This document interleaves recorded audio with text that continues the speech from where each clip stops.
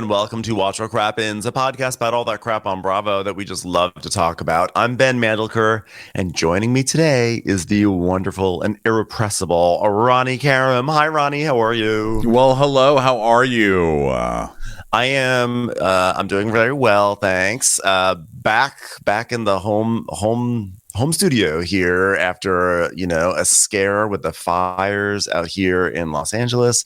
Very scary for everyone who is going through it right now because of that. Our hearts are with you, and we'll do what we can to help out. In the meantime, though, what we will chiefly do is try to provide distraction for you right now, hopefully. And what a week of distraction we have coming up for you, because today we're talking Southern hospitality, which is so fucking good right out the gate. Only 2 episodes into the season. It is so good. I am laughing out loud. I'm just loving it. We got Salt Lake City season finale coming up later this week, and we got lots of other good stuff. And Traitors, we're going to recap after this episode 3 of the Traitors. On our bonus episode. That's on patreon.com/watchwhatcrappens. Now, of course, the thing that's really pressing for Ronnie and I right now in terms of like our work obligations is that we've got the Crappies coming up and our tour. Our tour is going to start. Is it starting next week, Ronnie? Is that possible? It's starting next week. It starts a week from Friday, yeah. Or a week from Thursday, one of those. The first dates of our tour are next week, Friday and Saturday, San Francisco and San Diego. So you better come out and see us to kick off the Mounting Hysteria tour, because if anyone has Mounting Hysteria, it's us 2 queens. And then February 1st, it is the 2025 Golden Crappies. And I cannot believe how soon those Crappies are coming up. We have so much work to do. We have so many things to plan. Like, my heart is actually racing. I'm actually very nervous now. And that's because it's going to be a huge show, probably our biggest show we've ever had, with a lot of song. And I don't know if it's song and dance, but there's definitely song. There's going to be a lot of performances, and I think you guys will all be delighted. So go get your tickets for that, because I don't think there's too many tickets left for the Golden Crappies. But we are also going to try to stream it as well. So we will have details about that up as soon as we have them as well. So that's really all the news that I have to share. Ronnie, is there anything on your end? That's it. Oh, okay. We're not going to do Real Housewives of Potomac this week. The Bravo schedule is so out of control at the moment, and that we are sacrificing that one this week. Mostly because it's just like a very like queer baity stupid episode. I'm not in the mood. I'm not even in the mood to yell about it. And if that tells you something, then that's kind of where the season of Potomac is going. We will be back with Potomac next week, though. But you know what? This week we're going to spare it and put it on a shelf. And that does a favor to that show, because honestly, it was not a good nothing episode. Good's going to come of this. Literally nothing happened on the episode. It was one of those episodes where they didn't have anything to do with a girl. Yeah, it was definitely like also one of those episodes where Bravo's like, here's your girlfriends. Don't you want to hang out with your girlfriends and hear what they have to say about things? Like, oh my God, isn't it great just being with your girlfriends? And like, no, it was boring. Sorry. So, but your girlfriends are Giselle. We have a very crowded schedule this week, and so something's got to give, and that gave. We're sacrificing Karen. We're sacrificing Karen this week. So we'll be back with that next week. Really, we are sorry for that, but something's got to go. That's it. So today, we're here with Southern Hospital. Yeah. And we got, I mean, it's so good. So good. We open up with a lot of intro music, and we're seeing all like Charleston, like dun dun dun dun dun dun dun dun dun dun dun dun dun dun dun. And we land at Maddie's house, and Maddie, we're seeing Joe in the kitchen, and he's trying to figure out the Keurig machine, which really, I think the Keurig machine, you do 3 things with it. You put the thing, the little Keurig thing, the pod in the hole. You close the hole, you press the button, and go. But somehow he's a mess, and there's pieces of plastic flying off the thing. It's a Bravo moment. And, you know, we were talking about Brittany from Salt Lake City unable to work her Keurig this week. So it's been it's been a week of Keurig issues on Bravo. But at least Brittany, we were like, is it because she's Mormon? And that's basically like learning how to inject heroin for the first time? Yeah. Maybe. I mean, I don't know. But for whatever it is, Keurig, I guess, make it easier. You know what I mean? Like, take a note. The song leading us into this was, I know you're gonna love the supernatural power. Joe can't work a fucking Keurig. Okay, get a better supernatural power. You're waiters. You know what I mean? Yes. That's actually not even a supernatural power. That's just a natural power. That's just a natural power of being able to open up the water reservoir in a Keurig. That's a push versus pull moment, and that's for this show it would be. Yeah, for this show it would be. What's her buns? Grace Lilly would be like, "Oh my god, he can work a Keurig, but he can't open a doorknob." wavy baby. So Maddie comes downstairs and Joe's like, oh, I made you a coffee. She goes, no you did not, Joe. He's like, yeah we need it, but I may have broke your Keurig, sorry about that. I'm sorry, I just don't like men that use Keurigs. Which we get to later with her. I don't like men in sandals. Okay, are you gonna? I don't think you can start this. Look around at the men that are surrounding you and just consider yourself lucky at this point. Okay, now's not the time to make a checklist. Then we go over to TJ's apartment where there is a persona battle going on between TJ and Taylor. I mean, personality exploding off of the exposed brick in that household. TJ, don't bring Taylor on. Like, really, just I feel like you're working your way into everybody's good graces this year. Just leave Taylor at home. I mean, Taylor is like an eraser. She's like an eraser on a pencil. Well, that's useful. That's useful. Yeah. She's like an eraser on a Sharpie. Okay. It's like, why is it there? Yeah. Unnecessary. So their dogs are playing and Taylor and TJ's like, so want some coffee? And she's like, I'd love a coffee. Oh, your dog just threw up, by the way. So then we go to Emmy's apartment and she's like, good morning, sunshine. I just got you egg and cheese. Best wife ever. Look at me, basically pregnant. I'm like, oh my God, cracked out Emmy. Good Lord. Can I just have some of what she's having? Because I do something for an hour and I need to go to bed. Whatever crack she's cracking, send it on over. Yeah. But she's actually not talking to Will in this case. She's talking to Michaels, who's like in her bed, and he's like, fire. And she's like, how did you sleep? How did you sleep? Because I've been awake for about 6 hours. Oh, actually, I never really went to sleep in the first place. Oh, I haven't slept in about 4 weeks. Oh, I love the gym. And Michaels is like, I still feel like fat and swollen. And she's like, okay, cool. Well, let's go to the gym. Let's go to the gym. You feel fat? Let's go to the gym. Michaels, walk a day in these shoes. I know. Michael's saying he feels fat and swollen. Sir, have you seen yourself on television? I'm kidding, you 20-year-old little fucker. I'm so fat and swollen. Die. Just please. How dare you? How dare you, sir? There are some of us who are trying to be proud of feeling fat and swollen, okay? Don't body shame and swole me. Swole shame me. So then we get a flashback to his birthday party where everybody's going crazy and, everyone's getting wasted. There were only probably like 90% of the party that was like, this party doesn't have balloons. So. Wow. This party, it'd be cool if there were balloons here because then we know it's actually a birthday party and not just a regular party. But, oh well, I guess it's just a failure of design planning. So we see him getting drunk and now Emmy is drinking a green juice. And Michaels has his hoodie like closed up over his face and everything. And Emmy's like, so Will just texted me and he goes, what happened last night? Any fights? And he's still at work, and I'll talk to him later because he's a lawyer now. I'm going to marry a lawyer. He's a lawyer. It's his first year.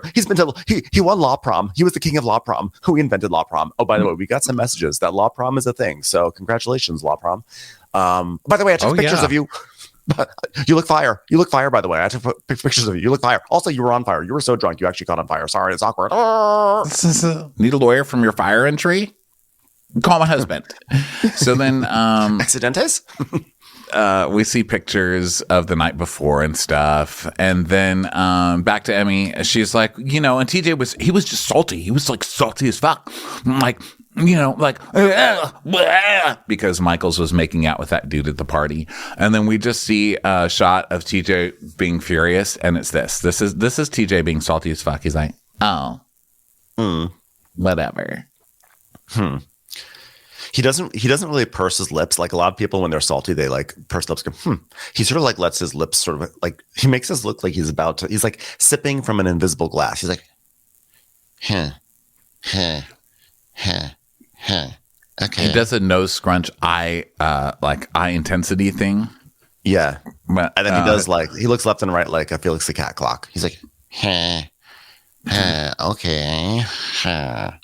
And Michaels is like, yeah, he texted me last night. Did he say fire? Please said he say fire. And he's like, no, he said, love you. Have a good night. I'll let you know how my meeting goes tomorrow. Glad we talked. Hand heart emoji. And then we see a flashback to the party, and Michaels is talking to TJ, and he's like, I was kind of upset because you kissed me, and then there was like never a conversation about it.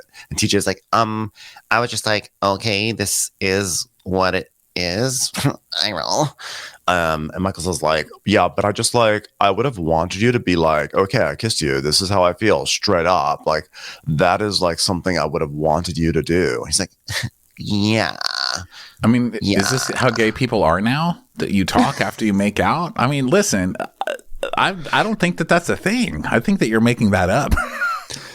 I mean, call me crazy. Isn't the kiss the statement? I don't know. I mean, I think you get peen before you even learn anybody's name. I mean, and listen, I'm glad that things are changing. You get peen before you know what it means. Yeah, I've just never heard of this. And listen, I'm glad things are changing for a newer generation, but I've just never heard that before. And, you know, TJ's in a different generation. He's probably shocked that somebody's like, what? That's crazy. Yeah, I mean, I hate to be like this, but it sounds very Gen Z. Like, we didn't talk. We didn't establish like the boundaries of this kiss relationship. And TJ's like, but you don't understand. I'm very repressed. So that was like a lot for me. Yeah. So they're like not really communicating well right now.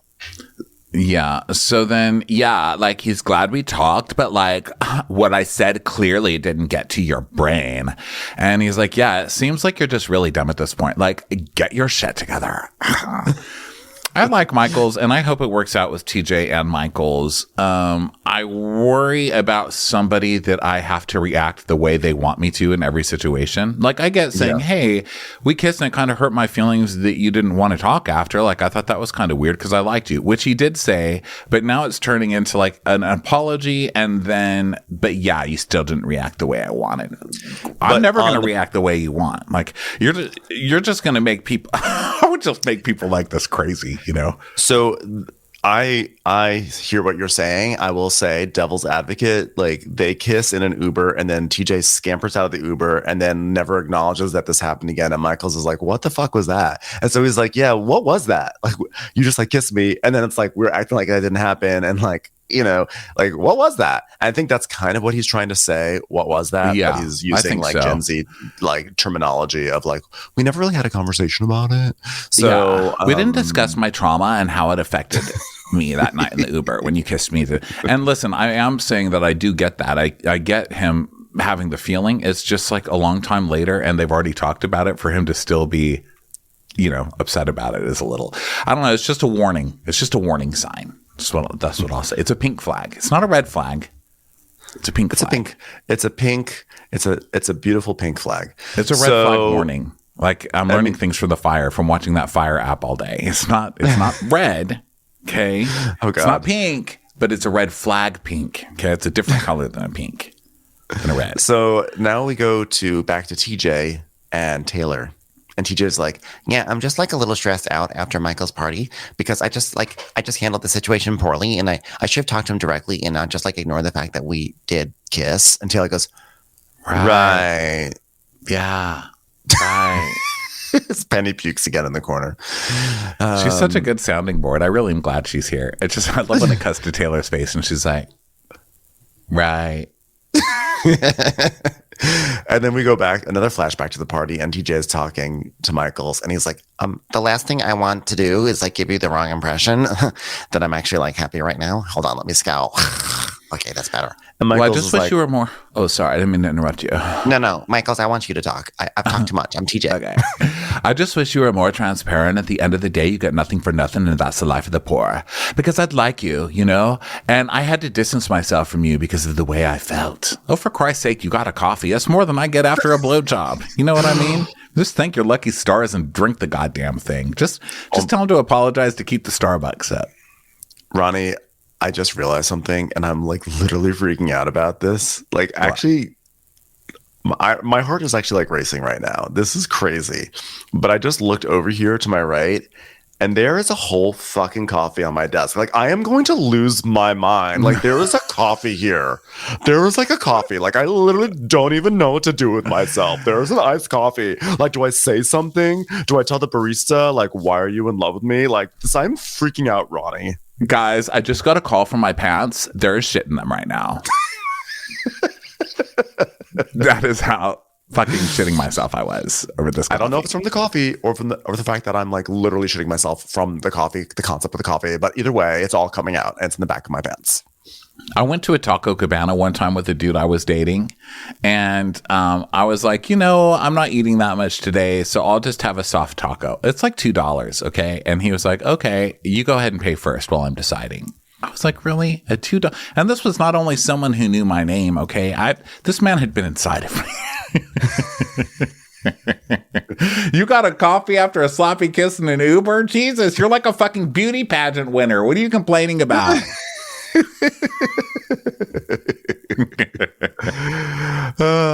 So TJ is telling us, I never meant to kiss and diss Michaels.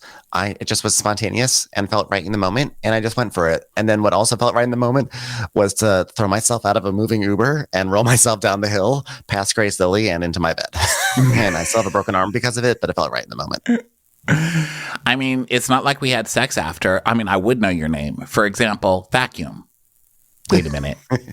TJ, what did you just admit to? And I like the term kiss and diss. Sorry that we had a kiss and diss. It's like a chip and dip, but kiss and diss instead. Kiss and diss. TJ's like, part of it is like, I have a hard time expressing how I feel. And Taylor's like, at least you can recognize it. Yeah. And then like right after we had that conversation, there was like this guy there that likes him and just kind of like licked the cakes off Michael's face. He's like a man slut. I really fucking hate that guy. He's not allowed into Republic anymore. And then we see like the shorter guy that like Preston or so whatever his name was, and Michael's making out by the pool, and PJ staring, drinking from his invisible glass, going, "Ow, ow." Huh. You guys, Taylor has something to say about all of this. Wow. Thanks, Taylor. I needed that. I was so taken aback with how it made me feel. And it was that moment that I was like, maybe there is something there. I'm like, oh, TJ, you're the one who kissed him in the first place. What do you mean maybe there is something there? You kissed him in the first place, and you've been talking about how there's no gay men for you in Charleston, even though actually we've been seeing more gay men than ever on these Charleston shows. But still, that's still a fair point. And you're the one who kissed, and now you're like, huh, maybe I do feel something for him. Yeah. Remember how you made out with him and jumped out of the Uber? I think you do like him. I think that was her first sign. Oh, wait. What does Taylor? Taylor actually does have something important to say about this. What? Yeah, thanks. And then we see that was literally all she said. And then the dogs are playing. And she's like, well, I think that you should talk to him. I think it might be a bit of a disaster. Yeah, it's hard, but you need to be real. It's time for a commercial. It's time for a Crappens commercial. So then,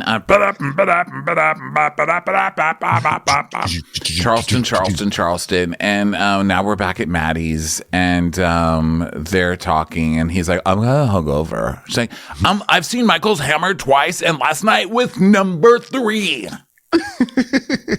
And we see a montage of him drinking and getting wasted, and then he's like, at the end of the night, he's like crying. He's like, thank you for coming. It feels nice to be. So then Maddie's like, yeah, I've never seen him like that. Joe's like, God, that's amazing. Yeah, because everybody cries on their birthday. I mean, I cried on my birthday. You cried on your birthday. He's like, I did not cry. Joe Bradley, do not lie. L-O-fucking-L, you cried. He's like, what? Because I threw a temper tantrum that you wouldn't make out with me? Ha, ha, ha, ha, ha, ha, ha, ha, ha, ha, ha, ha. For me, Maddie, to be official right now, it literally feels like a dream come true. I feel like I can finally be myself with her.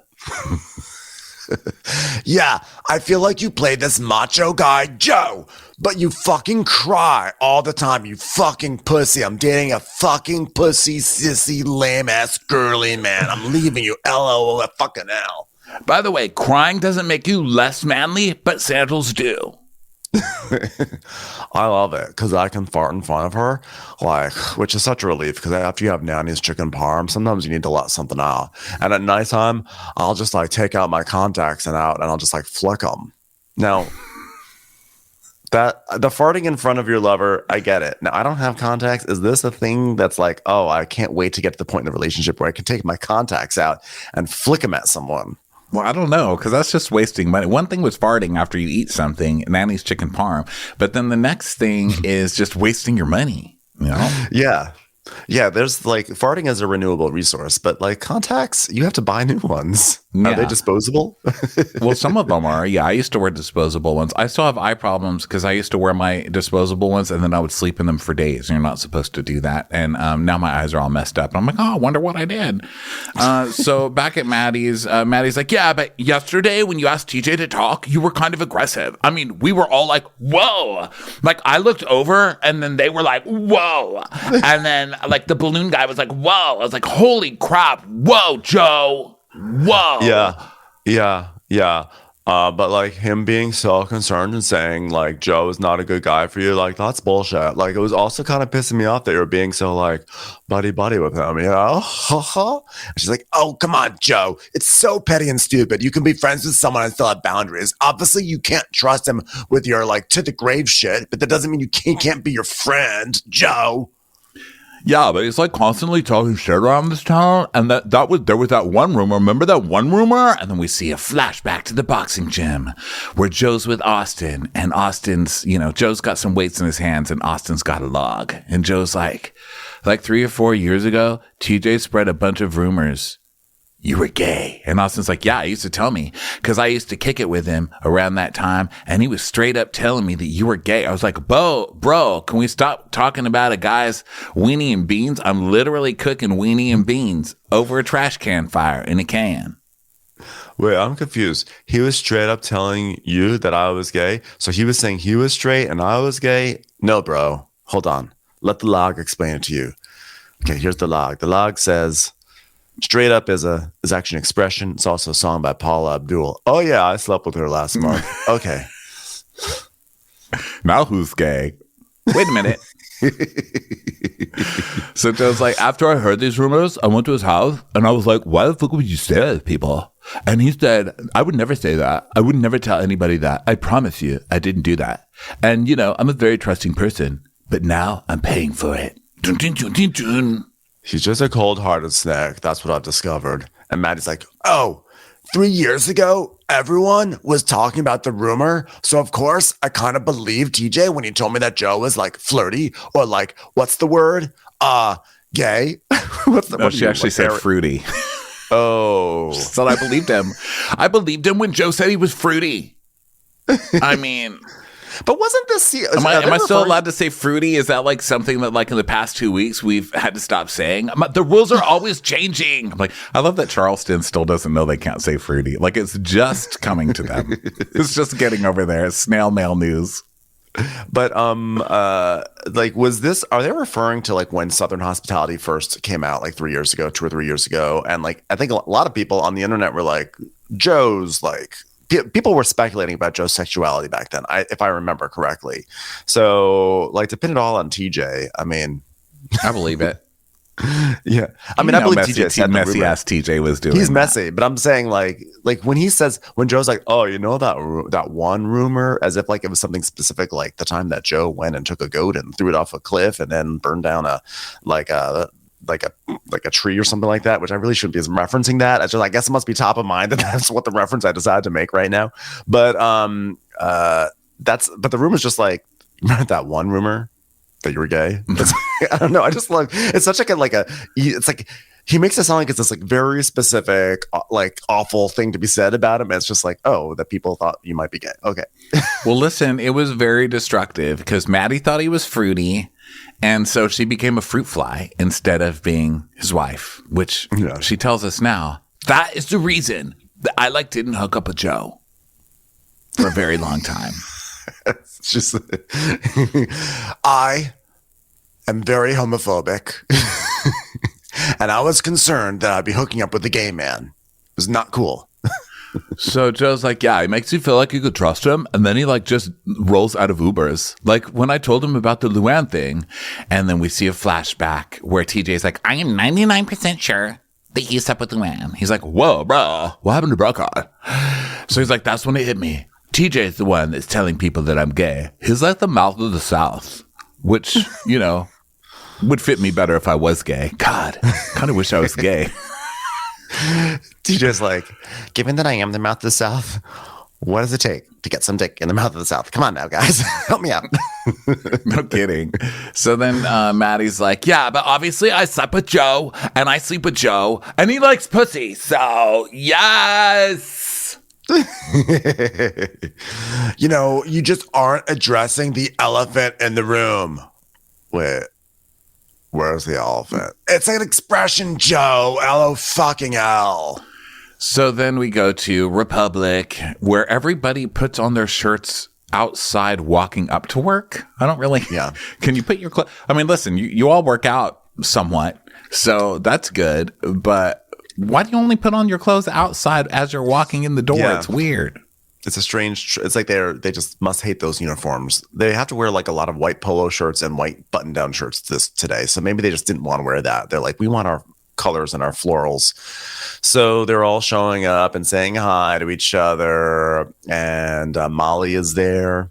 And TJ tells us, Michaels is allowed to feel how he feels, but I don't want to avoid each other at all costs. I only do that with Joe. Fuck that bitch. Then Maddie and Joe come in and she's like, oh my God, Joe, please don't wear flip-flops. I can't with men in flip-flops. I call those fruit flops. Yeah, but what about men with mismatched socks? Joe! So then everyone's sort of like gathering in the back room and everything. And Joe is helping Maddie curl her hair, which I don't know what Maddie is thinking because he immediately burns it. She's like, you burnt my hair! Ah! Start with baby steps, like work the Keurig, then graduate to curling iron. Well, like there's another step before curling irons. You know, curling irons are rough. Maybe just like clothing irons, classic irons. Let's see if you can do that before we get to the curling iron. Yeah. So he's like, we can redo it. You can't redo curls, Joe. It's literally burned. So then they're like, hey, Joe, where did you learn how to curl hair? He goes, YouTube. They didn't tell me how long to hold the curling iron, though. I'm like, I guarantee they did. I guarantee that was part of the tutorial. Add this to the list of things Joe can't do for me. No more holding balloons. No more curling my hair. Hey, CEO entering. Hey, party people, what's going on? Leah CEO, season 2 for the Leah Meister. My hair is higher. I'm hip now. I saw what I was on TV, and now you got a fresh new CEO. It's Leah, everyone. Okay, if you got time to lean, you got time to be a cool person like Leah CEO. What's going on, everyone? You got time to lean. You got time to strengthen your spleen, people. It's Leah motherfucking CEO in here. You want to make fun of me for wearing polyester? Fuck you. I'm in rayon now, bitch.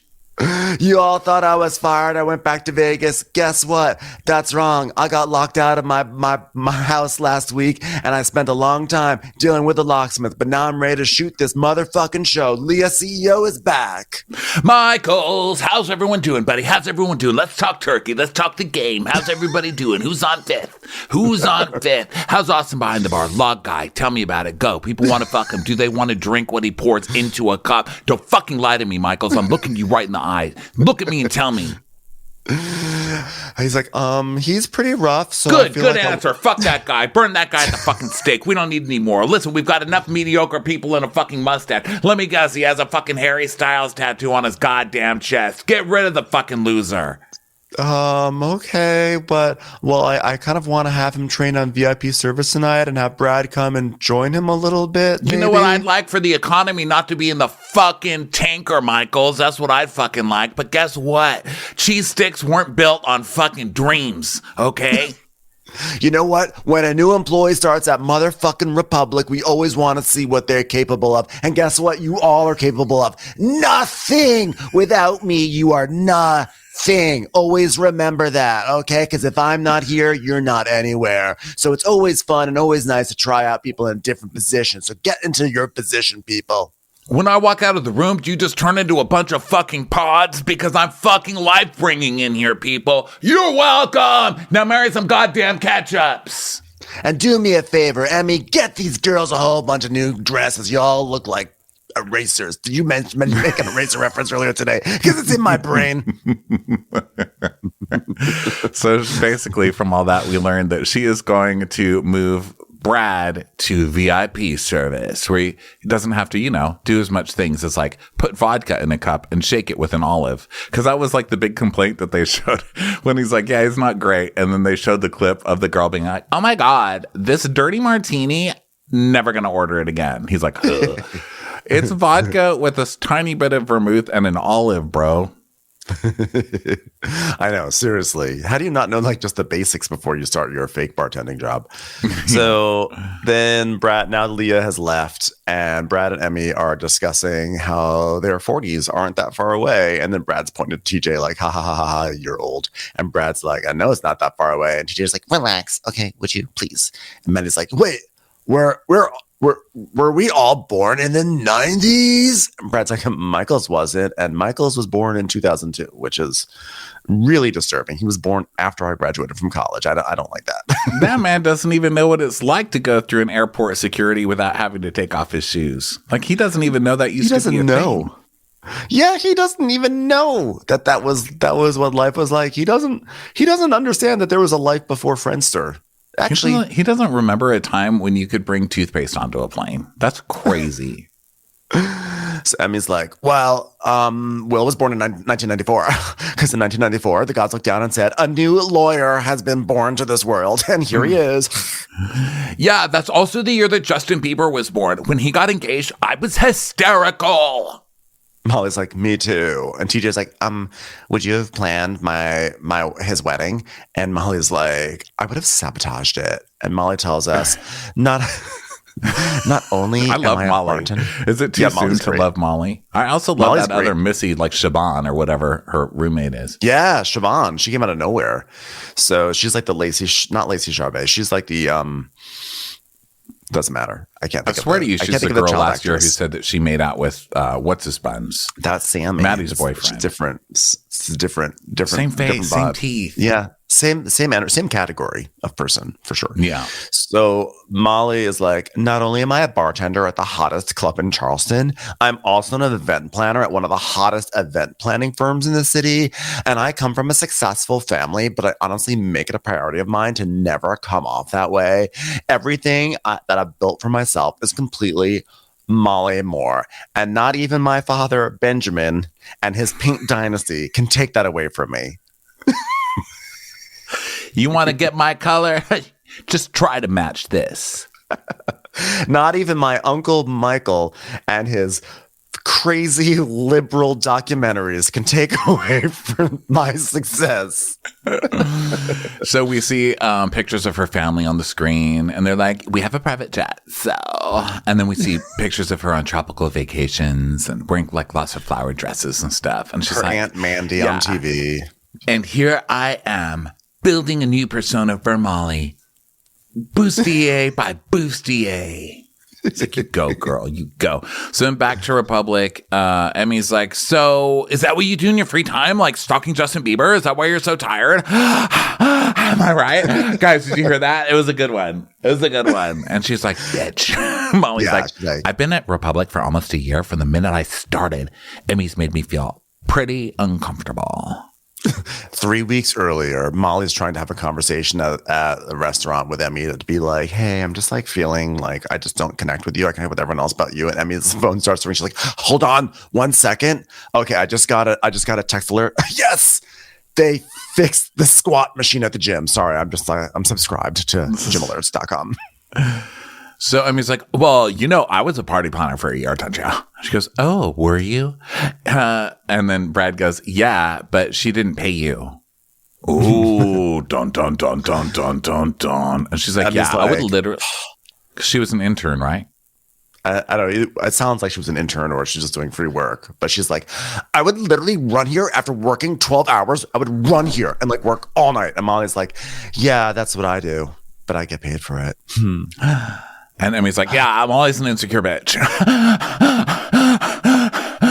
I don't like being in competition with women. Like, that's below me. I mean, let me just tell you, I won this one, is all I'm saying. Molly's like, yeah, so I did work behind the bar with Will, and I just think Emmy is threatened because we had a working relationship, and I'll let you form your own conclusion. Like, is there a conclusion to be formed? She's jealous because you're friendly with Will. That's it. I poured wine one time next to Will, so form your own conclusions. And guess who didn't tell me to say that? My dad.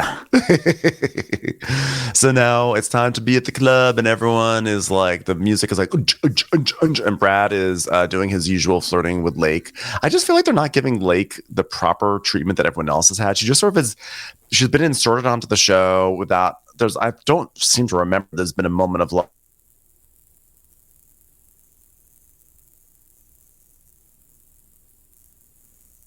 All she seems to do is be there so that way Brad can flirt with her. So he's like, hey, you work on Friday? She's like, mm-hmm. You work on Saturday? Mm-hmm. Do you want to meet up at some point? Mm-hmm. That's it. I think that she's just a slow build, maybe. Like, maybe they're just like letting her warm up. I can tell you this, that girl does not give a fuck. Like, I feel like most people get onto TV and they're like, oh my God, who can I get a fight with? You know, or like look at Molly. Molly's like, flirting with Emmy's boyfriend, throwing her under the bus, trying to ruin her life all in one episode. You know, she's like, yeah, my dad's not giving me a show. So this is the only time this is Molly's show now.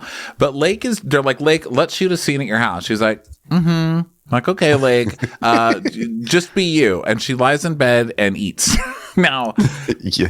That's my kind of girl, first of all. Yeah, so I'm an auto fan of fucking Lake. But I love that Lake's just like, I'm going to give you nothing. I'm going to lay in bed in my pajamas and eat and like text. Yeah. So Brad tells us, I have to appreciate a girl that makes you work for it. Lake is absolutely gorgeous, and she has eyes and a smile that suck you in. And I would literally walk blindfolded through a room of Legos just to talk to her. Wow. I mean, is this guy romantic or what? He would walk blindfolded.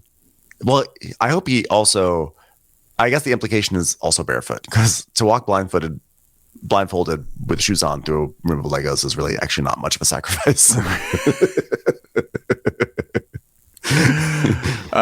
He's like, yeah, I actually know what it's like walking blindfolded through a room full of Legos because of what's her face's house from last year. Lucia's house. Lucia? Yeah.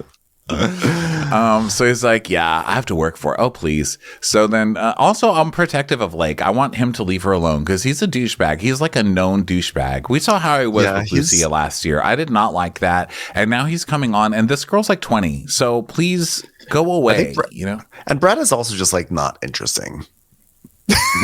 I know. When he first said I'd walk through a room full of Legos, I was like, that's like a family reunion for you. Leave this girl alone, sir. Yeah. So now everyone's like now it's time for the like come on every like 2-for-1 cheese sticks in Republic. Everyone come on in. And Brad is training Austin, and Austin's telling us hospitality is great because it's high energy, but I never would have pictured this life for myself. I joined the army out of high school, and he talks about how he was going to go to Afghanistan in the army, but then he was diagnosed with general epilepsy, and so now he's at Republic.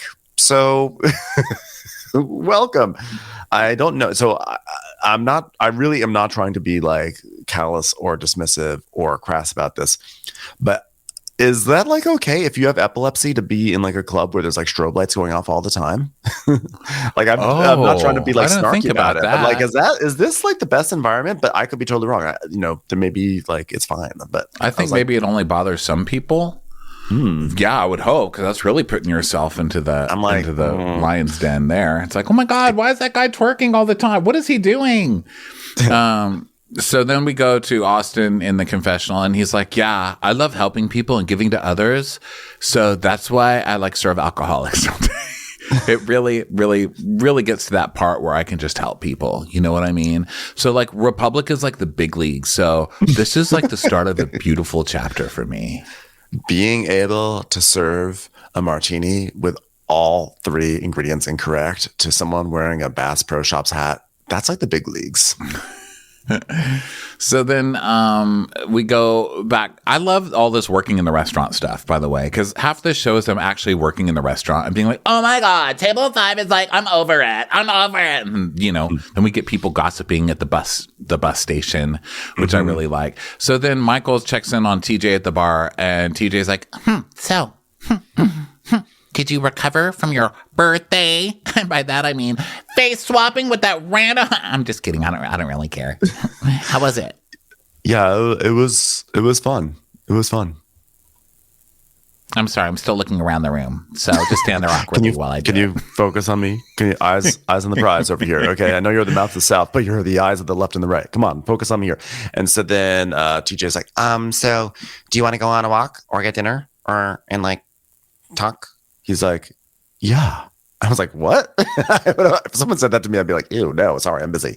And really? Like, I thought that was such a, listen, and maybe it's because I'm just as inept as TJ at this stuff, but I was like, that's a huge step for TJ. Good for you. I know, but I feel like they've now had this conversation 3 times. And so it's like, okay. So TJ's like, I'd like that. And he's like, Michael tells us, as frustrated as I am with TJ, I really want to hear what he has to say because I'm tired of the awkwardness and the tension at work. So he's going to do it. I mean, it's cute. So then now it's the next day and we are now going to a nail spa where Michaels and TJ arrive.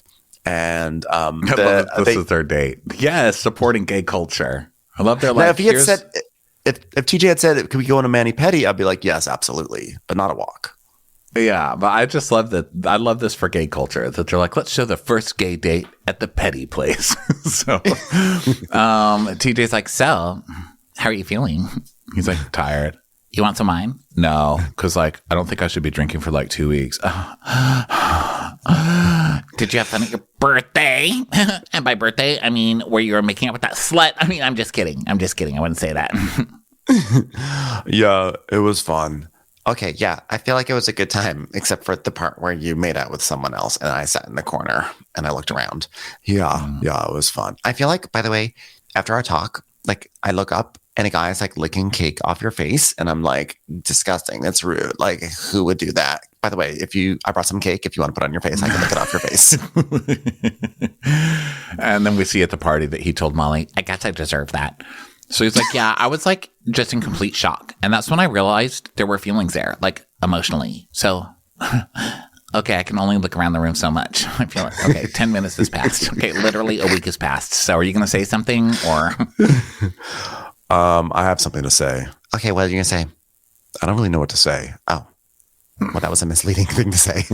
And Michaels tells us, it shouldn't take seeing me with someone else for you to realize you have feelings for me. But isn't that like every romance movie ever? It's and literally I think that's the Love kind of Island where playbook. TJ is. I think that's where TJ's kind of off here. I think everything's different, kind of dating generationally. I do think it's different because I think this is like a romantic thing to say. Like, I took you for granted, but then I saw someone else with you. I think it's been in like 90 movies, and I'm not saying it's right or that it's emotionally mature of TJ because I just want to say I understand that he's not being emotionally mature necessarily so far in this situation, but I think part of it is things that Michaels just can't understand yet, and maybe TJ doesn't even know how to express. I don't even know if I know how to express it, but there's a certain thing when you're like younger and gay, well, younger, I just know being gay, but younger and attractive, and the way that people approach you, like you don't really have to do anything, but then there's this turn when you start getting older where you become the one that has to make the moves. Like you have to be like, I like you. What do you want to do? What are your feelings? Where when I was younger, I never had to do shit. And then when I was older, I was like, oh God, I'm the one who has to have the talks. Like, oh, I hate that. And I think maybe TJ's kind of adjusting to that new thing in life because to us, he's very young, but to them, he's like old Methuselah, you know? Yeah, I think it's also just funny that like TJ had to see this guy making out with Michaels to realize that he liked Michaels. I'm like, did you not realize you liked Michaels when you brought him the coffee and the margarita and like the 5 other acts of service you did for him? Like clearly that's TJ's love language, is to like bring someone like a gift or whatever, you know? I'm getting that he did like him, but he's thinking that this is a romantic way to say it while sweeping all of that under the rug. You know what I mean? Well, I think Like, he realized that he had to birthday. step up his game. He had to step up his. I think he's like, well, he has liked him all along, but he realized like, oh, okay, I can't just like sit on the sidelines and do these small gestures, hoping that Michaels picks up on what I'm. True, because Michaels picks up on it, but it's also like it's so small, and it's like I'm gonna give you like it's. There's so many mixed messages that TJ gives because he has his own baggage that he's dealing with of like probably he wants to make a gesture to show that he likes him, and then he also gets like paranoid that he acted super gay in that moment because of probably the damage of like being out of the closet or something. Like I don't know, like whatever it is, you can sort of see him like ebbing and flowing like the ocean of trying to show that he likes him, and then I think he realizes in that moment that like, oh, I have to just really stand in it and say like, oh, I like you. Yeah, and I don't think he really knows how to do it. I mean, I think what I'm witnessing is twink reversal, where you're like, oh my God. Twink reverse. The twink card has just been reversed on me. Like, what do I do? Because to TJ, that was like a huge proclamation of love. And I was like, wow, that took a lot of guts for him to say that, you know? And then Michaels is like, I don't really know what to say. I mean, thanks for telling me. Sorry. And he goes, no, I mean, it's fine. You're allowed to feel that way. Why did we book a date at a place that I can't run away? This bitch has my dough. So... My feet are literally stuck in some sort of blue water right now. And teacher's like, no, I mean, it's fine. You're allowed to feel that way. And he is just turning red on camera. And I feel so embarrassed for him. I don't feel embarrassed for him. I feel bad for him that he's embarrassed. And so Michael's like, you were like my first gay friend. He's like, oh, does that mean that I have a shot? He's like, and it's just like disappointing. Oh. I thought that was going in a nice direction. Shot dead.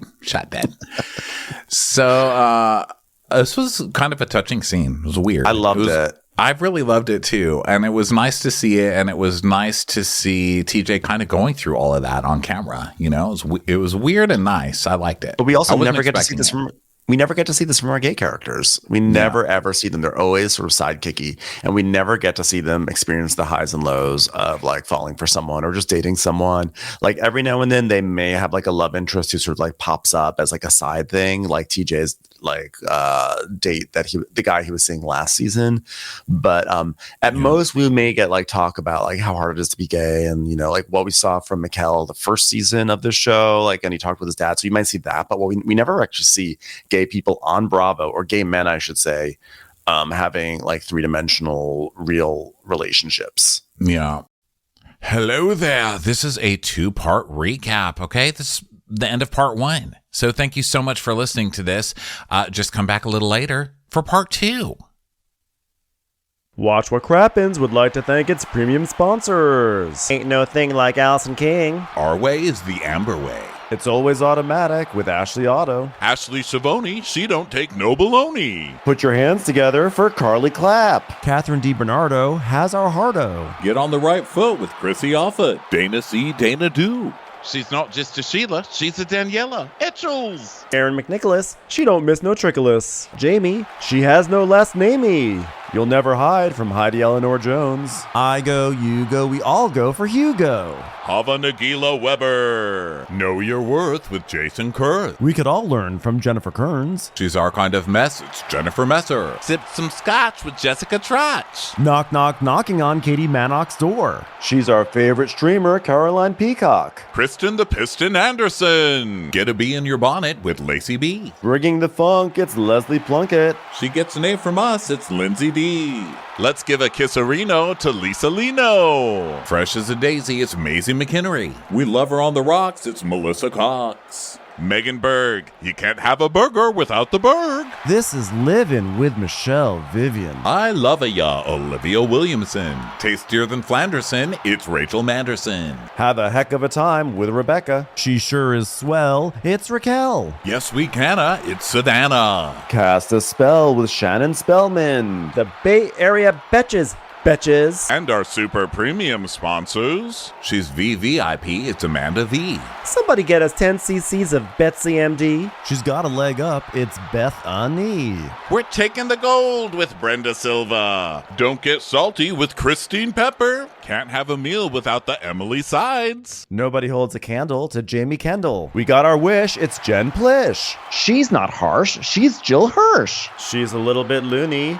Junie. My favorite Murdo, Karen McMurdo. We love him madly. It's Kyle Pod Shadley. Let's go on a bender with Lauren Fender. We're ride or die for Lisa Ryder Barron. She's a whiz. It's Liz Sarthy. Always killing it. It's Lola Alkalani. The incredible edible Matthews sisters. She eases our woes. It's Melissa St. Rose. Give him hell, Miss Noel. Put on a kettle for Rebecca Weddle. She's the queen bee. It's Sarah Lemke. Shannon, out of a cannon, Anthony. Let's take off with Tamla Plain. She ain't no shrinking Violet Couture. We love you guys.